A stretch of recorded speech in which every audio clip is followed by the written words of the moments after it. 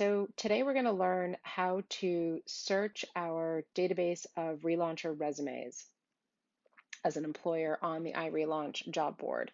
So the first thing you're going to do is you're going to log into your account, and you can see that I'm logged in because I can see my name up at the top, and it would allow me to log out if I wanted to. And then you're going to navigate to your dashboard, which is what you see up here.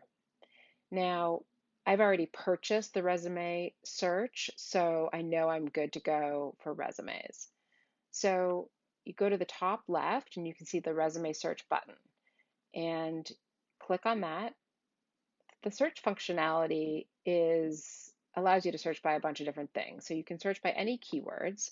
So I'm going to go ahead and put marketing in there.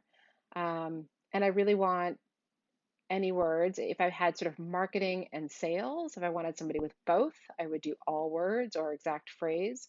So you can choose how you want the job board to search for resumes for you.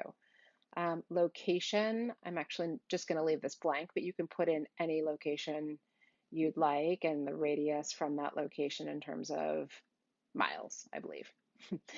And then I only want to see resumes that have been posted since, let's say, April 1st.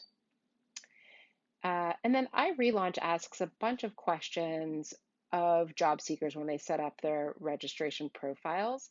And so you also can search by any of these criteria. So I am actually interested in anybody who's got, you know, uh, an MBA, a bachelor's degree or higher, basically. And actually, again, just to make sure I get a good list, I'm going to unclick those. Similarly, you can search by people who have attended our conferences or a specific conference. You can search by industry experience, and you can click multiple of these if you'd like to. Again, as you probably realize, is if you click, the more you click, the narrower the search. And then also functional experience. So I'm going to go ahead and search resumes, and we come up with a list of job seekers. So what do you do with this list? So you've got this list and you can do a bunch of different things. You can add them to a folder. You could send them a message. You can forward their information to a colleague if you wanted to. And so let's try adding them to a folder. So I'm going to take this candidate and I'm going to add them to a folder. I don't have any folders set up, so, oh, I'm sorry, I do. So I'm going to add them to a marketing director candidate folder. Now, if I wanted to set up a new folder, I would just keep the new and I would add a folder name. So let's call this Junior Marketing Director. And I can choose whether I want it to be accessible just to me or to all users in my company. And so I'm going to do this to all users in my company. You can choose the priority level if you'd like to, and then you go ahead and add it to the folder. So this candidate has been added to that folder.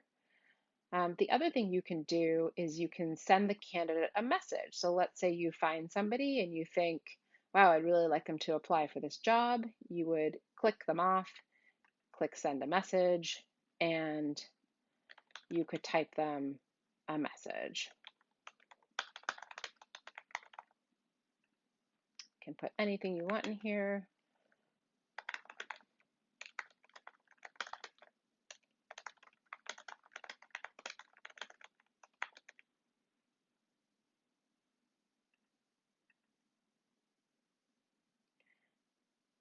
And then you'd go ahead and send them a message. And there is a place on the dashboard where you can create templates to, if you find yourself sending the same message over and over, you can create a template from your dashboard. And then forward is also something where, oops, you need to actually select the candidate, and then you can forward this to anyone, email addresses, etc. And it's important to note that the job seekers have an option to be found by employers or to not be searchable by employers. So they have agreed to be found by you if they are in this list, if they end up in this list.